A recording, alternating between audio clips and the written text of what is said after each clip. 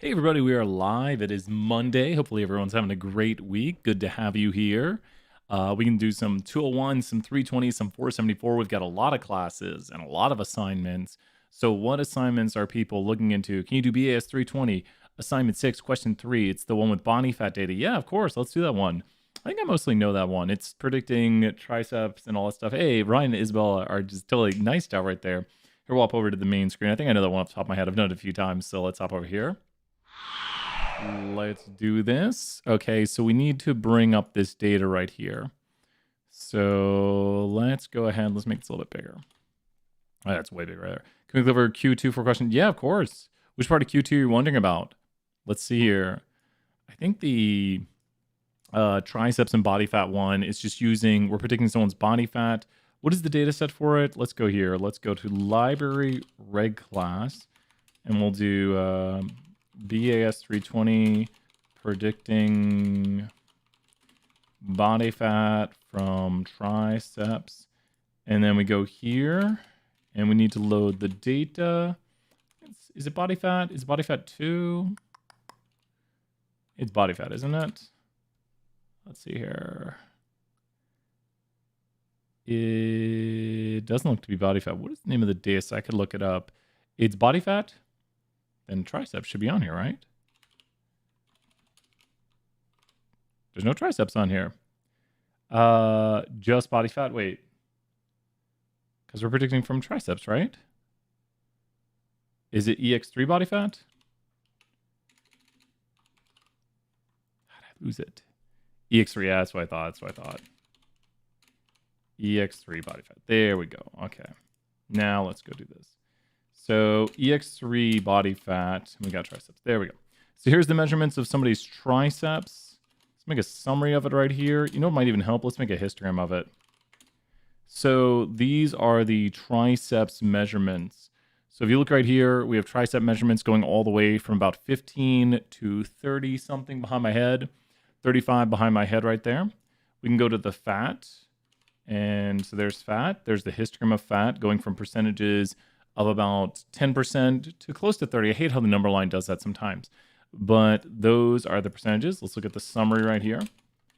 So the summary shows us that the minimum value of triceps is 14.6. The maximum value is 31.4. That's going to come in some use here later on. The minimum value is 11.7. The maximum value is 27.2. Some pretty good information right there about what the highest and lowest values are for people's triceps and fat values. Now we want to make a linear model here, so we call the LM function, and we call fat being predicted by triceps data equals EX3. Hey, Clay. Yeah. What day is that due? I should know. I mean, just all the due dates. There's so many due dates for every class. I'm just like, wait, when is that due again? I should be putting out probably that video later, maybe today. Friday. Oh, we got so much time.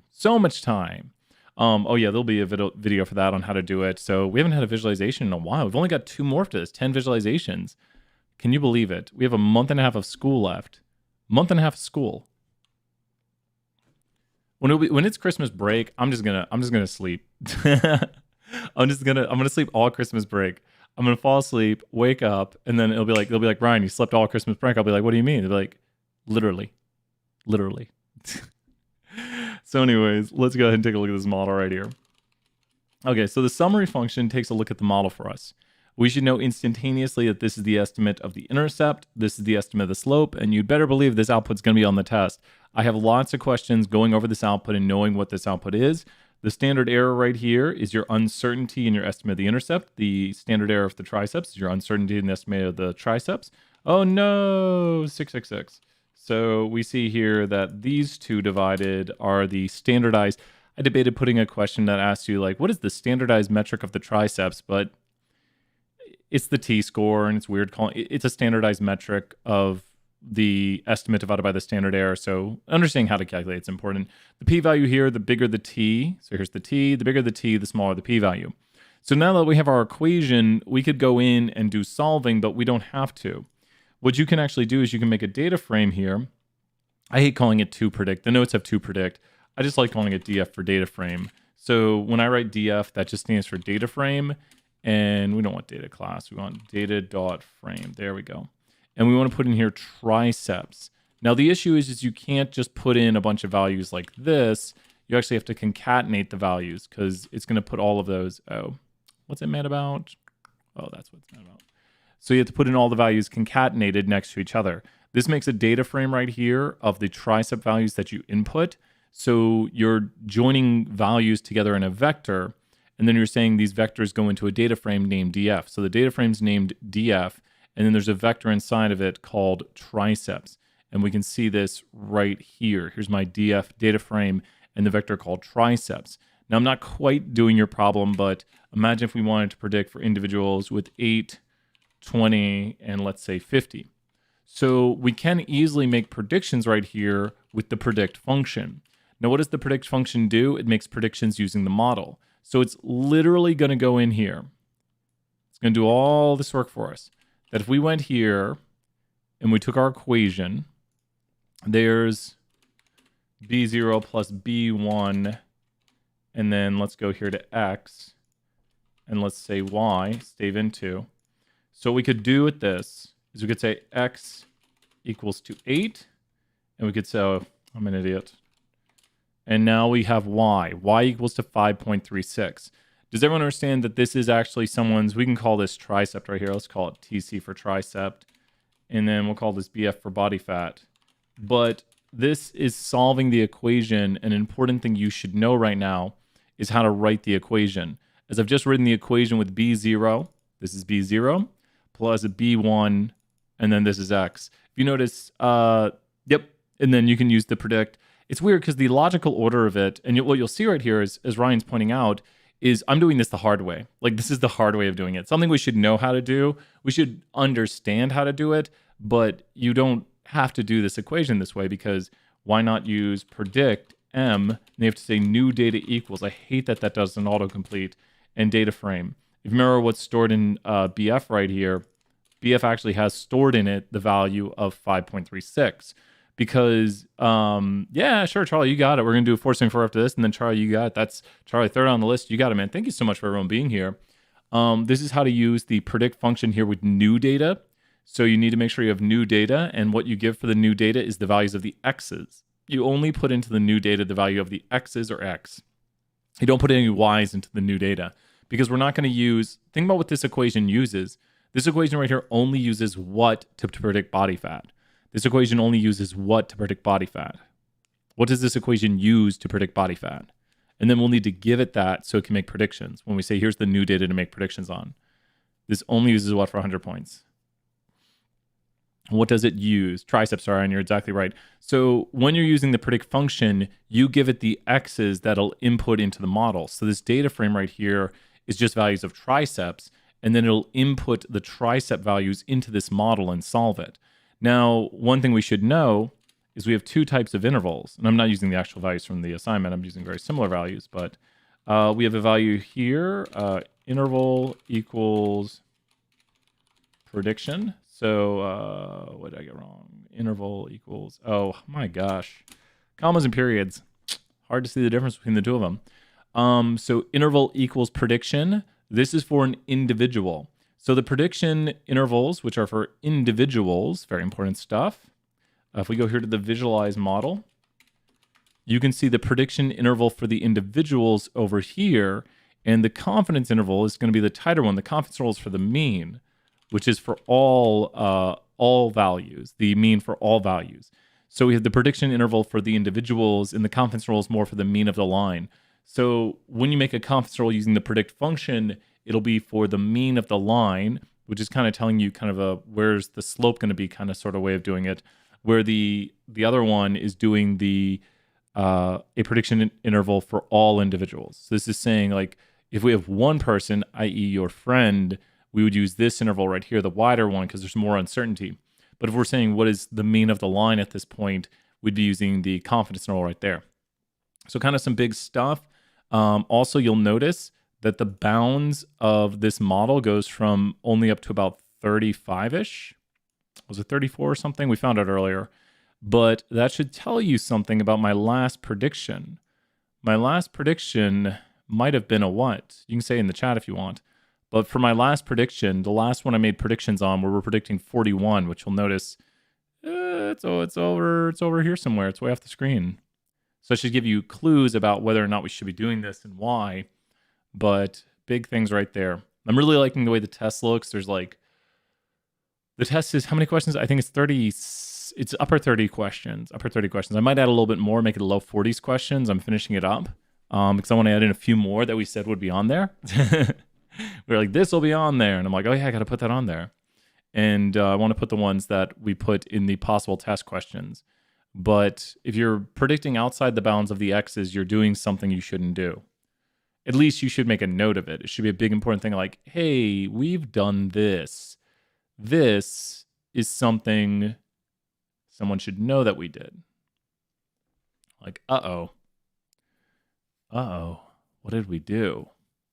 If we're predicting outside the bounds of the X model, outside the X bounds of the model, Tool 1 should know this too. When you make predictions outside the X bounds of your model, when you make predictions outside the X bounds of the model, did this help? I think Ryan and Isabella were wondering about this one. I'm going to bring up the next assignment here while people think this over. Hopefully, I think that should make sense. Let's see. Assignments. 474. Let's see here. A rules. My gosh, this has been the fastest semester in the history of semesters. Or maybe the slowest, depending on how you view it. Like, my gosh, this is the slowest semester we've ever had. Let's see. How's chat doing? Where you at, chat? Extrapolation, you're totally right. No, that's totally it. Hey, what's up, Calzone? So good to see you here. Calzone, always good to see you. A quote for Calzone. What will be the quote today? I think Mubot's here. What's Mubot got to say? Happy birthday, Calzone. Mubot says happy birthday. Maybe if it's your birthday, you'd be like, how in the heck did you know that, Brian? How'd you know that? So we've got our next assignment up right here. We're just doing some review. We're doing some review problems. Off by 3 days. Wow. Well, happy birthday. Happy early or late birthday. So enjoy. We're all going to have birthdays during this awesome COVID never-ending nightmare. So let's continue on. Let's take a look. Calzone, if you ever have any questions, let me know. I hope your semester's going well. I think the question was, we're going to do some stuff with music artists right now. So we're going to load in some music data here. Let me clear out the global environment.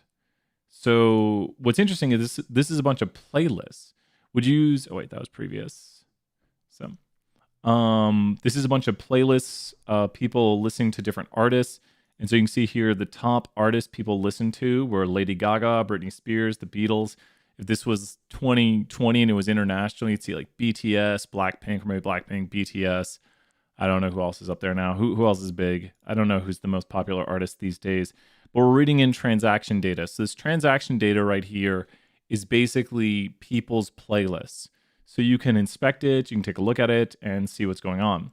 And so the question for this, let's look at which question was asked. Q2 for 474. Q2 for 474. So Q2, where's Q2 at? Okay. Remake the rules from music using the default parameters for everything. Remove the argument, list equals support, remove the redundant and non-significant ones. Okay. So we have to make these first. How many rules have confidence levels between this and this? Okay. So let's take a look. Okay. So we need to use the a priori learning method. And the a priori learning method, let's go to rules. Let's go to rules 2. A priori. See, there you go. It basically tells you we're not going to use any parameters. And we're going to use the defaults. We've got the music. And control equals list verbose equals false. Just limits the output. You can put an F there. Did that do it? Did that do it? Well, I'll be. So it looks like it's using the defaults. Looks like it worked. We got the defaults going. No parameter controls. How many rules have levels of confidence between this and this? So when you look at the rules, you have to use items. Is it items? Subsetting rules is always interesting. So rules. Let's see here.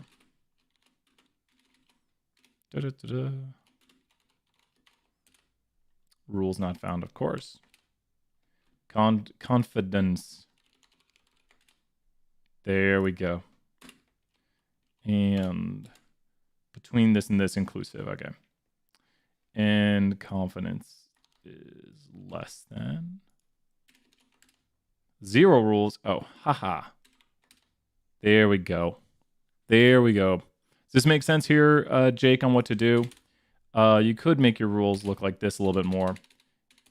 Just depending on how you want to do it. So we need to put the end on the back side of this. The end needs to be right there. There we go. So hopefully this is making sense right here on what to do. Using the defaults for making the rules. These are rules that just have a confidence level between this. And so now we do have, and the next one should be pretty obvious. How many rules have a confidence level of this and above and list between this and this? But hopefully the structure of this one makes a lot of sense on how to do your different conditions. Don't put commas here. I've talked to a few people who are putting commas. Don't worry, it happens. But what you're saying is, here's what I want to subset. And then the next argument is all of your conditions. Oh my gosh. So the next argument is all of your conditions. You're saying, let's subset our rules, and then we're going to do all these conditions right here. Print to the screen the rules that have the highest lift, which you'll find is this. And so we should be able to do the sort right there. What else were you wondering about? Hopefully this helps out with kind of making subsets. What rules have Madonna somewhere in the antecedent while having a lift greater than 4 and a confidence greater than 90? Print to the screens. So the antecedent is going to be the left-hand side. The consequence, which is like the consequent, like the thing that comes after, is going to be the right-hand side. Have Madonna somewhere in the left-hand side. So we can do this right here. While having lifts greater than 4, we'll do one more. So subset of your rules 2, and have Madonna left-hand side equals Madonna.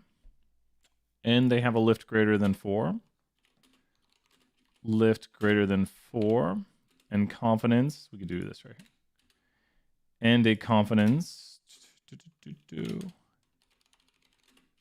greater than 0.90. Did we do it right? Uh-oh. What did we do wrong? So rules, left-hand side, one comparison is only possible. And let's see here. What went wrong? Subset, what rules have Madonna somewhere in the antecedent while having a lift greater than 4 and consequent confidence is greater than 90%? What did it not like? What did it not like? 8 rules. So let's look at these 8 rules real quick, just so we can see them.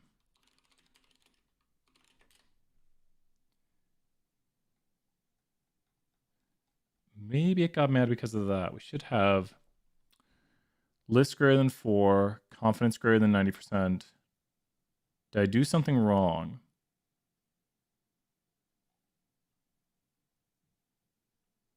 I felt like we did something wrong here. We'll find out. Remake the rules for music, but use the default parameters for everything. Remove the argument. We should have this. Let me look at Madonna's rules. What did we do wrong? Oh my gosh. Here we go. Okay, let's see here. Subset rules. Did I mess up the left-hand side? Madonna. Inspect. Oh, wait. Item frequency. Music.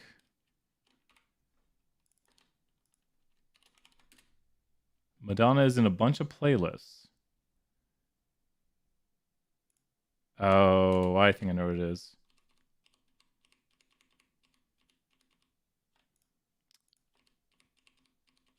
Oh my gosh. I have totally made a mess of this. So left-hand side, %in%. Okay, let's try this. There we go. One thing is off and it all explodes. One wrong code. That's what we say. One wrong code and everything goes haywire. We don't like that. Lift greater than 4. 25 rules. And whoops, there's a comma. And confidence greater than 0.90. There we go. Just %in%.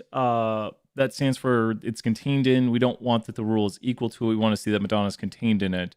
So this one wrong syntax right there. And it's just good practice. I was going to go grab it from the notes. It's in the notes, obviously. Now you like to use the notes a lot, but it's just good practice to writing them out in full. The more you practice writing them out, the better you get at understanding the syntax. And I was like, well, Madonna's there. Madonna's there somewhere.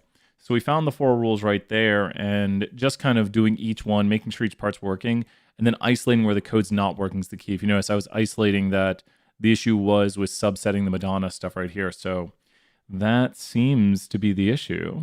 And I think we're good on this. We can hop over to Charlie's question. Charlie was wondering about, let's see, Charlie said, can we look at, no, wait, where's the one? Can you do chapter 13, quiz question 2? Let's look at chapter 13, quiz question 2. Okay. Chapter 13, quiz question 2. And I think I found it. This is due on the 20th. It's due tomorrow. Oh my gosh. So much work. Quiz question 2. Does this look right, Charlie? Does this look like the question? Could you also do Q320 question 2 when you get chance? Of course, Ryan. Yeah, you got it. Second part of B1 using the choose function. Yeah, Emily, we'll go back. We'll do it right after this one. We'll go back to 474. Went through and I was also having some questions when you get that chance. Oh, which one? What does your question say, Charlie? Which question does it start with? Because the quiz questions can be different. So the quiz questions are not always the same pattern. So it's the one about the phone company. Okay. Oh, is this one? That's the restaurant. Here we go. So a phone company. Okay, good. Off screen. A marketing researcher for a phone company surveys 189 people and finds that the proportion of customers who are likely to switch providers when their contract expires is this. So what is this that you automatically see right there? What do you see in the notation right here, Charlie? Very important to identify in the notation what we have. What do we have notation-wise right here? They identify that this is the proportion of customers who will switch. So what is 25%? Yep, you got it, Charlie. Great job. The black pen is back. It's back. I brought it back. I brought back Space Pen and Rainbow Pen too. So the pens seem to be working now. Yes. What is the standard deviation of the sampling distribution of the sample proportion?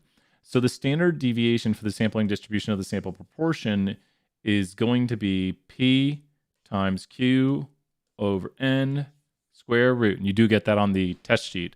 So what is Q right here? Oh, you got it. You got it, Isabella. We'll definitely do it. Got tons of time. You bet. Thank you everyone for being here. Yep, I think, and then square root it. Yep. So Q is going to be equal to 0.75 because it's 1 minus P. So we just do P times Q over N square root. Let's go right here. It's off the screen. There we go.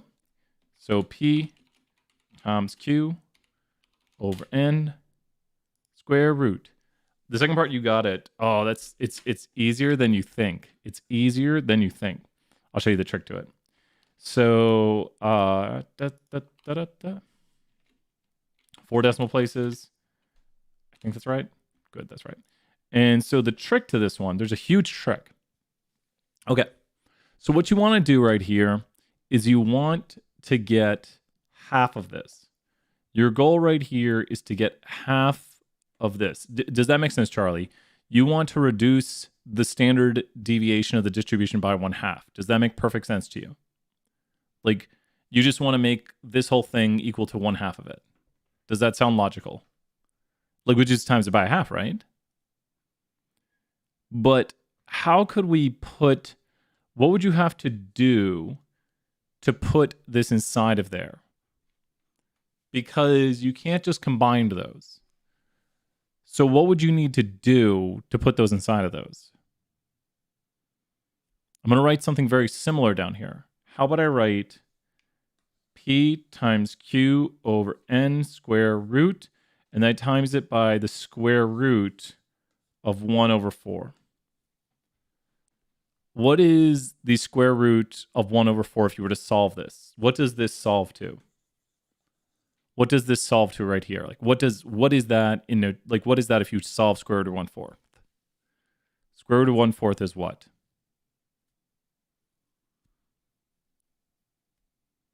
And I'll give you a hint. It can be rewritten as that.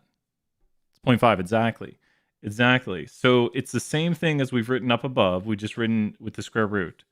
So why don't we take and go here and do P times Q over N 4N square root. So do you see what the answer is? Do you see what the answer is as we follow it around? How we can quickly solve it if we understand just theoretically what we're doing? So all we need to do is what now? To times it by 1/2, which is our goal all along, is just to do 1/2. So yep, I think you're doing it. You're just timesing it by 2, right? That does sound right. Let me see here. I'm getting a call from the home office. Yeah, they're saying it. They're saying you're right, Charlie. Times it by 4. So what Charlie did is he took 189 and times it by 4, and it's 756. And that is accurate. So 756. Check the answer. We got it. Yeah, exactly. If you wanted to get a third of it, what would you times it by? Like if you wanted to get a third of the standard deviation, you'd have to take a what times larger sample. If you wanted to get a third of the standard deviation, you'd have to have a what times larger sample. So if you wanted a third of the standard deviation, if you wanted a third of the standard deviation, if you wanted 1/3, careful.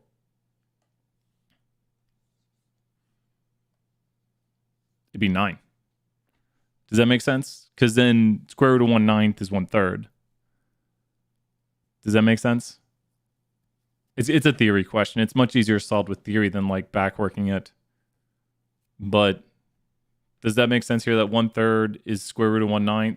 And then you could combine the two and you would take 9 times the sample to get 1/3 of the standard deviation. It's because 1/3 right here is, or this is still, how'd you get 9? Because that's 1/3. Because to combine the two radicals, the two square roots, they both have to have square roots. And the square root of 1 over 1, the square root of 1 is 1, the square root of 9 is 3, so these two are equal to each other. Does that make sense how I understood that this would be equal to it right here? And then if I wanted to do like a fifth of it, yeah, exactly. Like if I wanted to do a fifth, it would be this. Like if you wanted to get a fifth of the standard deviation, then be this right here. Does this make sense right here, Charlie? If it said like you want to get 1/5 the standard deviation, you'd have to have 25 times the sample. Because the whole point of what I'm doing right here is to, yeah. So these are just different ways to ask the question in more complex ways. And that's why if you go back to the original question, the reason we're squaring it is actually so we can square root it. So we want 1/2, but we have to square it so we can square root it. And so it's not doubling it. It's taking the square of whatever, the 1/2 or whatever. It's still double it, or not double it. It's double of 2, but hopefully it makes sense why 1/2 is going to 1/4. It's because 2 squared is 4, because we're squaring it so that we can square root it so that the radicals can combine. But really good, little complex question. Feel free to ask more. That's a decent theory one. I like it a lot. It's one of the ones that people ask me to do, like other instructors, and people are like, wait, how do you do this one really quickly? I'm like, oh, there's a trick. There's a trick to it. It's tricks. So what was it? We're gonna do 320 next, were we? Let's see here. Can you do E on question 4 for, what does E say? Did I skip it? What is, Isabella, can you put in the chat what E says? Put in the chat real quick, and I'm gonna go to 474 real quick. I might need to pull it up because there's more questions. Let me pull it up here. I know the biceps tricep one off the top of my head to do it, but let me pull up the questions. Oh, all the questions say like, go to the book. And I'm like, it's our fault for writing them that way, but makes it hard to then, man, go to the book, right? So let's pull up the assignment. Like I said, we're all gonna sleep. We're gonna sleep for summer or for winter. I know there are some 320 questions. No, you're fine. Ask more. Put the other one in the chat and let me know. Because then it lets me plan ahead. What does Q2 say? Let's look at Q2. Q2, oh, it's the housing stuff, right? Okay, cool. So with the housing stuff, we're gonna make a log model predicting the log price of a house from the log area of a house. So when we start off here, we load up the data, and now we need to make our model. So to make our model, we need to do lm ex3 house. No. It's log. We need to transform the variables first. Oh my gosh. Let's go here to y transformed is log 10 of ex3 housing price and the area. There we go. We've got both those stored. Investment price. Oh, awesome. And those are, oh yeah, those are the fun ones. You picked the really fun ones because those are the tough ones. People will be very, very happy those are in the video. There we go. Y trans tilde X trans. Come on. And there we go. There's our model. So one thing you want to do is you want to check this to make sure you have your X and the Y in the right spot. And we didn't call it that. We called it this. And here we go. We get the right coefficients. So with this problem right here, we've now made a model predicting the log 10 of price from the log 10 of area. So we're predicting the price of a house, the Y variable, from the area of a house, the X variable. We can visualize this model, which is always key to see if it looks good. And we're going to make this way bigger. So here is the visualization of the model. Overall, this model looks pretty excellent if you take a look at it. This model right here generally is a linear model. I highly doubt it's going to have problems. This model has a little bit of heteroscedasticity in the middle and maybe a little bit of outliers. So when we run the check regression, I think it'll do pretty well. I think the check regression might all pass. There's only one way to find out. No, it fails everything. That's a bummer. So, yeah, big test. And then it's got a little bit of problem on the high side. So over here, we see problem with the normality of residuals. A little bit too many high side residuals. Look at the QQ plot, but the histogram does show it too. But the QQ plot has the problem deviating from normality. There is the heteroscedasticity issue, and I don't see the linearity issue. I don't understand why it's not so linear, why it's got a problem there. I'm totally cool with the linearity of it. That was the last one I expected it to fail. I did notice some heteroscedasticity, some unequal spreads, and I did notice that there were some extreme values, i.e. these ones up here, which could be too many outliers. So overall, we have a problem right there. Which parts of the question, so that's Q2A, we run the check regression, it fails all the conditions. And then what else were people wondering about? We untransformed the model last time, but hopefully that's a good start on it. And we do have the untransformation of the model in the video last time, which is a little bit of a fun process, a little bit of fun untransforming the model. But is that making sense right here, how we built the model? So our goal right here is to build the transformed model, which has the log 10 of each variable. And so this generally pulls in really extreme values. Let's look at the untransformed model really quick right here. Do not do everything Brian's about to do here. Let's put a do not do on here.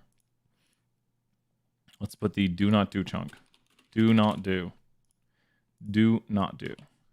And let's go here, predict price from area, data equals, there we go. Whoops, I overstored it. Let's visualize the model.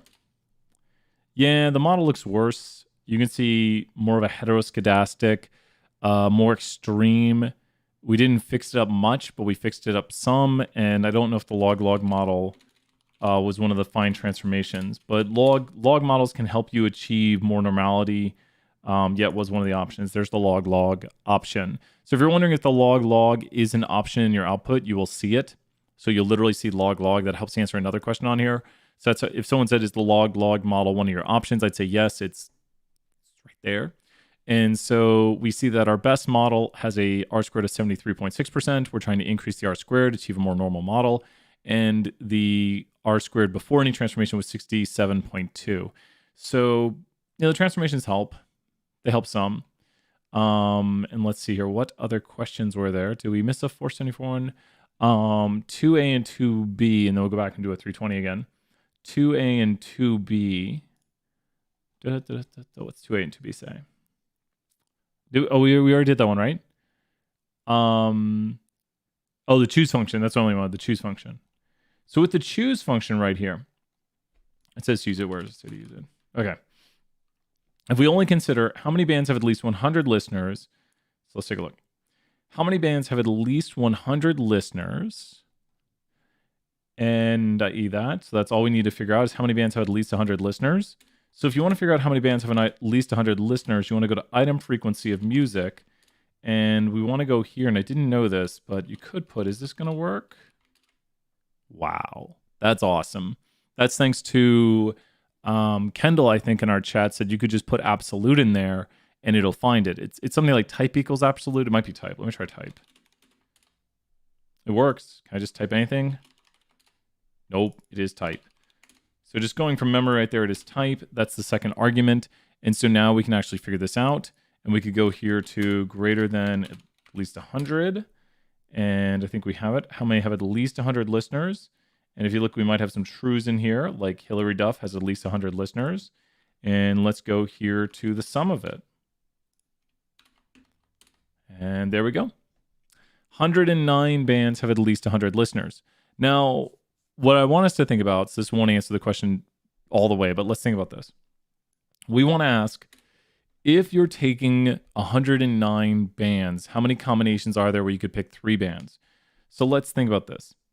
If we were to only have 2 items and I said pick 1, there'd be 2 ways you could pick it because you could pick A or B. So like I have A and B and I say pick one of these items. You can only pick 1. What if I had 3 items and I said you could pick 2 items? Well, then there'd be 3 ways you could pick them. Because if you have 3 items and you can pick 2, you could pick, we'll do it, there's no good way of doing it. With 3 items, you could pick all but one of them. There's 3 ways. What about if you have 4 items and I say pick 2 of these items? Where it gets a little bit more complicated. You could pick item A, item B, item A, item C, item A, item D, item B, item C, item B, item D, item C, item D. I think that's right. And so there would be 3, 2, 1. There'd be 6 ways. There we go. So this code right here with the choose is telling us how many different ways we can basically make the rules of different combinations.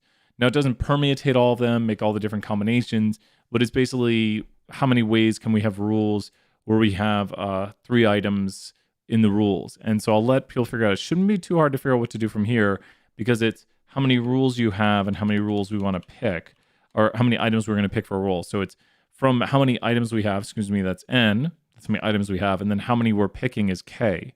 So it's N items choose K. That's what the N stands for, the amount of items we're picking from, and the K is the amount of items we're picking. Does that help out there, Emily? Does that make more sense for this one? What the code is doing, it's telling you the amount of ways you could pick stuff. And so hopefully that makes more sense right here with the choose function and what it's doing. Awesome, Emily. So glad to hear that. Thank you for and feel free to ask more questions. Like Charlie's got the next question up here, so we're going to hop over to the next question here, but there's way more time, and an investment website can tell what devices people are using on their site.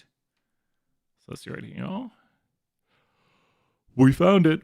Okay, here we go. An investment website tells us what devices people are using to access their device. The site managers wonder whether they should enhance the facilities for trading via smartphone. So they want to estimate the proportion of users who access their site that way.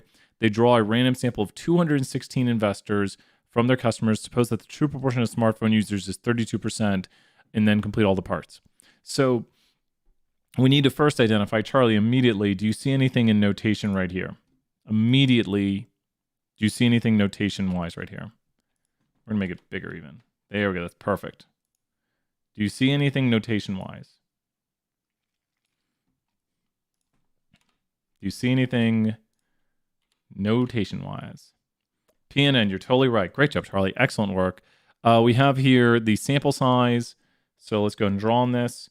And this is what you want to do is you want to immediately, if you see any numbers, start identifying what they are. I assume N is this. That's the sample size. And P is the true proportion. So what can we figure out right away? What can we figure out right away from this?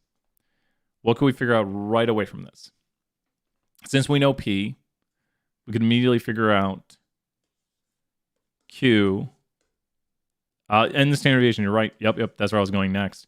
So we can figure out P times Q over N square root. And that is going to be the standard deviation. So it's P times Q over N square root. And square root. There we go. 0.0317. There we go. And so now we get to some key questions, though. The key questions are going to be, what is the shape of the distribution? So the shape of the distribution, you might say, well, how do we know this? If we meet the three conditions, the sampling distribution will be what shape? If we meet the three conditions, the sampling distribution will be what shape? If we meet the three conditions, it'll be what shape? What's the whole goal of doing this chapter? It's to say that the sampling distribution is what shaped? If we meet the three conditions, normal. Exactly. It'll be normal. And so what are the three conditions? We randomly select these individuals. So they do say random right here. And we have at least 10 successes, which would be that NP and NQ are both greater than 10. So greater than or equal to 10. This is met because we would take right here N and times it by P. So N times P would be 216 times 0.32. And then NQ would be 0.68 times 216. And there you go. There's NP and NQ. And they're both greater than or equal to 10. And we pass that condition. And we sample less than 10% of the population. So the only assumption right here is that 216 cell phone users or investors are less than 10% of all their people. So I have to assume that they have less than 10% of their population, which seems reasonable. What would be the mean of the distribution? So we've kind of written this out in notation. The mean of the distribution is going to be what? What would the mean of the distribution be? What should the mean? Hey, what's up, Carly? Didn't see you there. Sorry about that. Good to see you here, Carly. Sorry I missed it right there. Carly, since it starts with a C, I think I didn't see it because Charlie's right there. So good to see you, Carly. If you have questions, feel free to ask. 32%, that is correct. And then make sure to put it as a decimal. 32%. And then let's go right here, 0.0317. 0.032. I think we've done it. Yes, we did it. We have more. If you have more questions, let me know. We're doing Charlie's second question here, but let me know if you have a question. A new restaurant with 122 seats. You got it. Let's do the new restaurant one. The referendum one tricks people too. The restaurant one is tricky because you have to round up. The restaurant question says to round up no matter what your answer is. So the restaurant question has you round up no matter what the answer is. So let's go ahead and take the info from the restaurant question and first identify the notation. The key to any of these questions is identifying the notation. If you know your notation, you should be pretty good. So let's go ahead and know the notation. What do we see here with 140 and what do we see here with 63? It's the same old game from before. 140 and 63. Since this says studies show, this is this assumed. We have the assumed proportion of people who want a smoke-free area. And this is how many seats they're going to have. That's their sample size. So what can we figure out instantaneously right here, Charlie? We can figure out the blank and the blank of the distribution of the sampling proportion. So what can we figure out instantaneously? We automatically know these right here. Standard deviation, I mean, boom, you got it. So P times Q over N square root. Q is going to be, it's going to be little n. It'll be little n, technically. Big N is population size. Little n is sample size. So P times Q over N square root. P times Q over N square root. There we go. There's the standard deviation. And so let's just write this, 0.04. And it literally tells us times it by 3 and add it to the mean. And the mean of the distribution is 63%. So this is using the equation right here and just solving it, just flat solving the equation. So we found the standard deviation with P times Q over N square root. We're timesing it by 3 like it says. And then we're going to add the mean plus the 3 standard deviations. So we've literally taken the mean and the standard deviation, which are these values right here. These are literally, like, to put a lot more notation on this, these are the values right there, the mean and the standard deviation, which we've solved for. The mean is the true proportion, which is P. And so when we solve this, we got to be very careful right here. We're going to times this by 3. Then we're going to add this to the mean. And now we have the proportion of seats that need to be smoke-free. So this is the proportion of seats that need to be smoke-free. So let's be very careful. The proportion of seats that need to be smoke-free are this. How can we turn this back into how many seats that need to be smoke-free? How can we turn this back into the amount of seats that need to be smoke-free? How can we turn this back into the amount of seats that need to be smoke-free?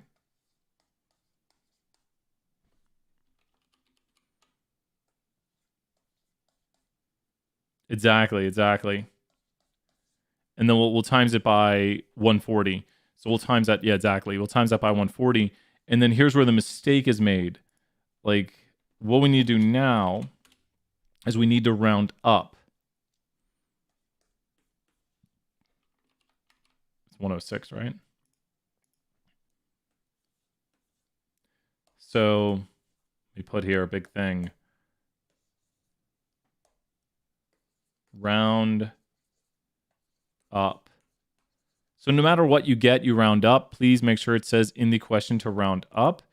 So do not forget that. So it's going to be 106. And round up. That's the way to do that one. The round up is what catches people. And I've given points back for not rounding up. Did I miss 320 question 4 part E? Let's take a look. Question 4 part E. 320. Is it right here? Simple linear regression 2, right? 320 question 4 part E. Oh, this one right here? Let's take a look. So are you talking about this one?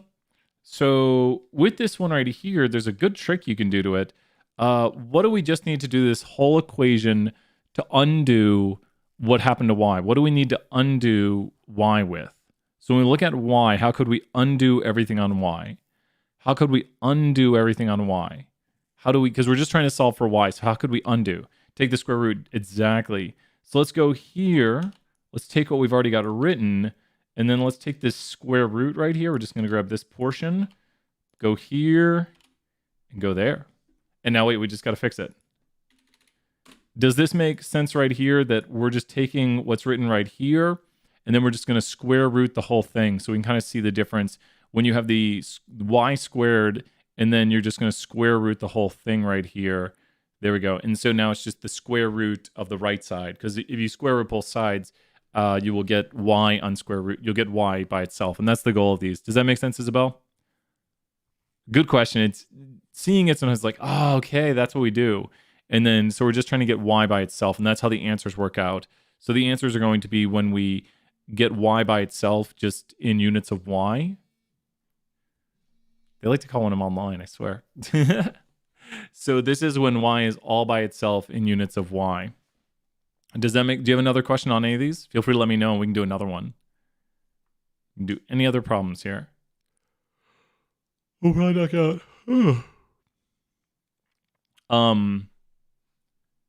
Yeah, if it's not showing up, let me know. Message me on Discord or message me. Put the double dollars on it. If it's not showing up, put the double dollars on it. And the double dollars should make it show up. If it's not showing up for any reason, let me know, because the double dollars will make it show up. Yeah, put the double dollars on it. The double dollars will do it. And tell me if there's a weird issue. I always forget the difference between double dollars and dollars. This one right here, the way to do this one, and I wouldn't reduce it any further. To get rid of the log 10, what do you have to do to log 10s? To get rid of log 10s, you have to do what? Let's take a picture of it. Can I take a picture? Let's see here. Hover over it here. So to get rid of the log 10, it went away. It went away. So whenever we have log 10, so if we have log 10 of something, oh my gosh, this thing's possessed. What? I do not understand these pens. So weird. If we have log 10 of y equals to something like 8x plus 4, then what we need to do is we need to take 10 log 10 of y equals 10 8x plus 4. And from here, we can just get the y out of it. So from here, does that make sense? So you have to raise it to the 10th. You have to raise both sides to the 10th power.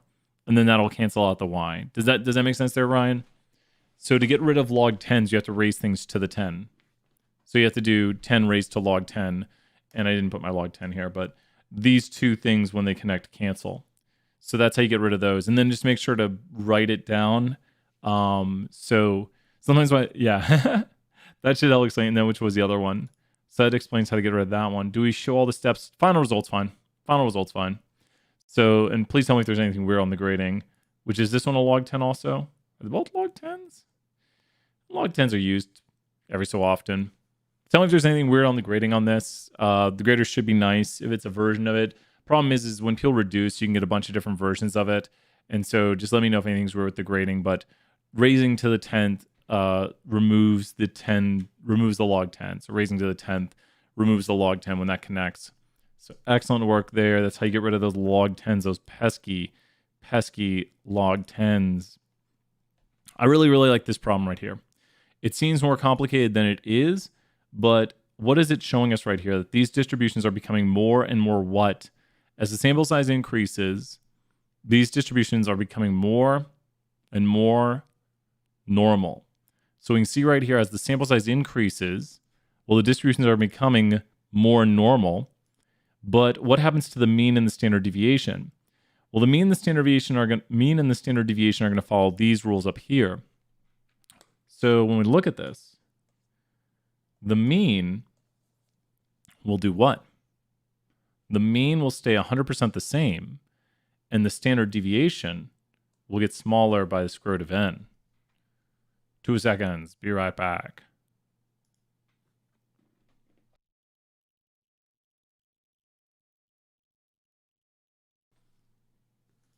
Back. So when we look at these right here, we can see that the mean of the distribution will not change. It's going to stay the same at all times. And the standard deviation p times q over n square root is going to get smaller by a factor of n. So as n increases, this will decrease. And that's what these simulations are showing right here, is that the mean of the distribution stays about here at all times, stays about at 0.7 or 0.8. And we're seeing, or was it 0.5? So it's 0.5, 0.05. So the mean of the distribution stays approximately the same, and the variability decreases, and these simulations appear to show this, because that's what the equation tells us. The equation right here is what it is simulating, so we see this right here. Do we have time for the other ones? Let's see. 3 more. Could we do them all? So we have the nearsighted children one. So the nearsighted children one goes over our 3 conditions. We'll be saying these again today. Condition 1, random, which means we randomly select these children. It doesn't say that, but we're going to have to assume it. We like on the test to say they're random. Condition 2, 10%. Now that means less than 10% of people are selected or items. I'd say 173 children is less than 10% of children. Condition 3, success failure, which means NP and NQ are at least greater than 10, which when we have here, there's the proportion. That's NP, and then NQ would be 88 for Q times 173. That's greater than 10. On the test, so on the test, you'd have to assume, so for this one, you'd have to say, are these 173 children less than 10% of all children? Does that make sense, Charlie? Are these 173 children less than 10% of all children? Would you say yes or no to that? Would you say, are the 173 children right here less than 10% of all children? I'd say yes. We'll try to give something like that where it's kind of a little bit more obvious. And this one right here, if we understand what the mean of the distribution is, it should be a pretty obvious choice between 2 of them, because the mean of the distribution is going to be where we see the p, where we see the proportion. And let's go ahead and do some notation right here. That's going to be the answer, but let's figure it out. It has the larger standard deviation. I've done this one a lot. And so let's see why it's this one right here.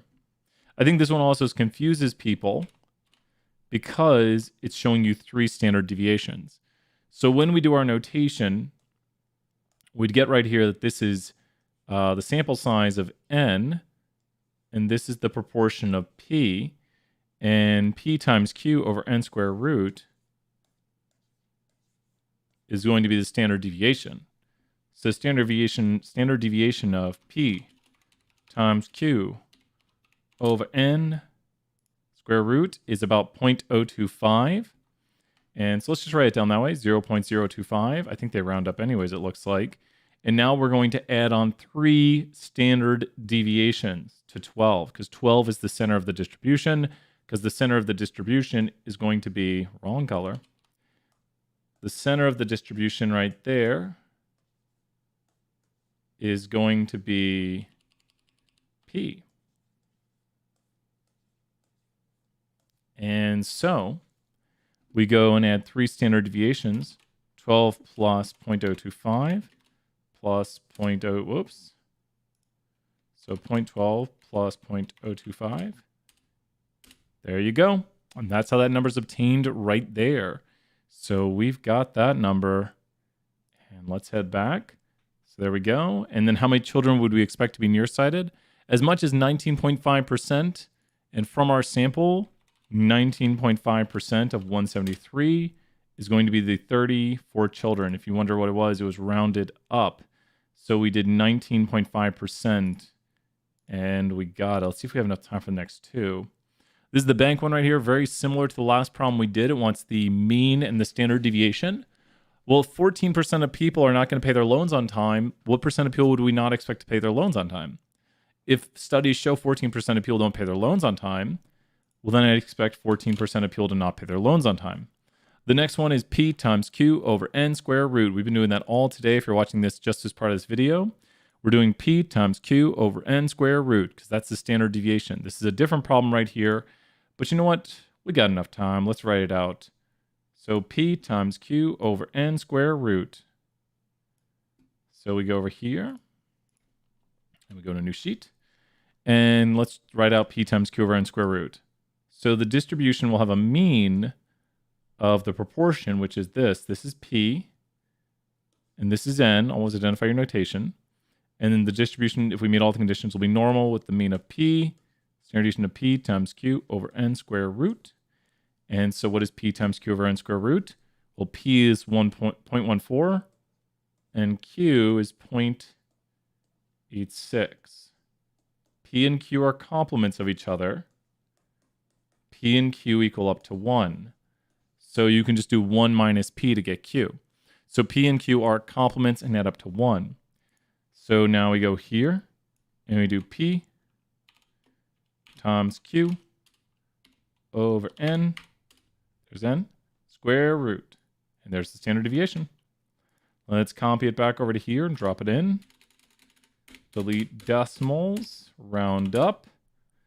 Are the conditions met with reasonable assumptions? Yes. Hey, what's up, Dan? So good to see you. We're finishing up here. We've done almost all the problems here, Dan. So feel free to take a look. We have all the problems in this video, I think, explaining how to do some of the tough ones. So really good video today. And now we're going to do the last one right here. 18%. We could take a decent guess at this. That's the fun of it. I love taking guesses at these. The standard deviation was that. So it's going to be about a seventh more. So about 1.14. That's close to chapter 13 is making sense to me. Yeah, awesome. Chapter 13, that's a tough, and I'm so glad it's making sense. That is, if it's making sense, you are doing excellently, Dan. Great work. This is a guess. This is a guess. Oh, is that all of them? Oh, with reasonable assumptions. That's a guess. Didn't get it. It's this one I didn't get, right? So close. It's got to be around this range. There we go. I knew it was around that range. Let's show how we obtain this answer. To obtain this answer, we have to go the long way. There wasn't a Kahoot. I was feeling a little tired, and so I took the Friday off. I said, I'm taking a personal day. No, I appreciate it. I really appreciate it. People were like, hey, everything's all right. And I was like, yeah, just taking a day and relaxing. And so, and I really appreciate everyone was very positive towards me taking a Friday off and saying, I'm just going to, so I took, there we go. That's how we obtain the answer right here. But I really appreciate it. And we're going to do a Kahoot this week, definitely. We're going to do a 320 Kahoot. But that's how we obtained the actual answer that I was guessing there. I knew it was somewhere around here. I was putting the Z-score in my head. I know, this semester's been crazy. This semester has been absolutely crazy. And I appreciate everyone's hard work. The grind is real this semester. Man, it is crazy. It is crazy. Should we speedrun this question? I think we did it during lecture. Let's not speedrun it. And in the last one right there, let me put a star marker on this. In the last one, I went to the normal curve. I put in the mean. I put in the standard deviation. And I found the probability above a certain percentage. I was taking guesses at it from my knowledge of the normal curve. But in the last one, I put in the mean of 14, the standard deviation. So that's how these numbers are obtained right here. The mean, the standard deviation. And then I put in above 0.18 because that's what they were wondering. The probability above 0.18. So that's how to obtain that answer right there. We're trying to figure out the probability of observing more than 18% of people not turning in their loans on time. So we obtain that in the following picture. The last question right here is on the school referendum. And so with this school referendum, we need some notation. Dan and Charlie, help me out here, guys. What is the notation in this question? It says just before a local poll, or just before a school budget is voted on, they talked to 415 people. So with 415 people being talked to, what is the notation right here? What is the notation with 415 people being talked to? 415 is something, and then they say they suppose that this is the truth. So 415 is n, which is sample size, and this is p. Exactly. So we can do p times q over n square root. And so now that we know p, we're going to find q is equal to 0.45 and p is equal to 55. And there's q. So let's go ahead and figure out our distribution, which will have p at the mean and then p times q over n square root. And so here we go. P times q over n square root. There's the standard deviation. And the mean is p. So this is normally distributed with a mean of 5.5 and a standard deviation of the very long number we just saw, 0.024. So we just found the mean and the standard deviation. And now what we're going to do is we're going to put them in. Will there be a question where we have to find p by doing the equation in reverse? I don't like test questions like that. If there is, it'd be 1. And they are my least favorite questions because they're a lot more algebra-esque. I don't like those. They're the least favorite questions ever. Talk about questions I don't like solving. This question right here is a little bit confusing because you want to figure out the probability that the poll leads to defeat. So you want to figure out that less than 50% of people in the poll are voting for it when 55% is the truth. So the most likely thing to see is 55% of people voting for it, but what's the probability we'd see less than 50%? And the probability we'd see less than 50% is going to be the 2.02% right here. So 2.02%. It's probable, but not too probable. And that's because less than 50% and is the probability of it being defeated, because we're saying what's the probability that it predicts we lead to defeat, which means in a sample, we would see less than 50% of people voting for it. So what's the probability in a sample where 55% of people truthfully will vote for it, that we see less than 50% voting for it in a sample from a population where 55% of people will vote for it? The probability is 2.02%. A little bit confusing of a question because right as a decimal, that's right? That's enough decimals. There we go. Little bit confusing because you have a lot of percentages you're working with. It's the probability of observing less than 50% when the true proportion of people who will vote for something is 55%. But I think that's got it. I'll be teaching here soon, but we've done the whole assignment right now. We've worked through all the questions, but feel free to come back and ask. I know a lot of these are tricky, and I did them really quick because I have to prepare for class now. But can you do an example where we have to calculate it? We can do it next time, Charlie, if you want. Do you want to do that next time, Charlie? We can do one where we have to backwork P. There's a problem on the practice test. It's like my least. Don't worry. We can do one. Yeah. Remind me next time and we'll do one. I say they're my least favorite because I just don't think they're that beneficial to understanding statistics and why we use statistics. It's more the importance of mathematics, which is important, but I like statistics. We will do that next time, Charlie. Excellent work today. Did you get 100 on the quiz?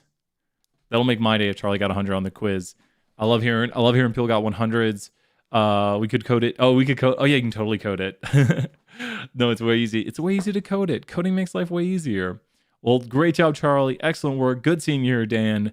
Great seeing everybody. We'll have class here soon. So I'll talk to everybody later. Bye, everybody.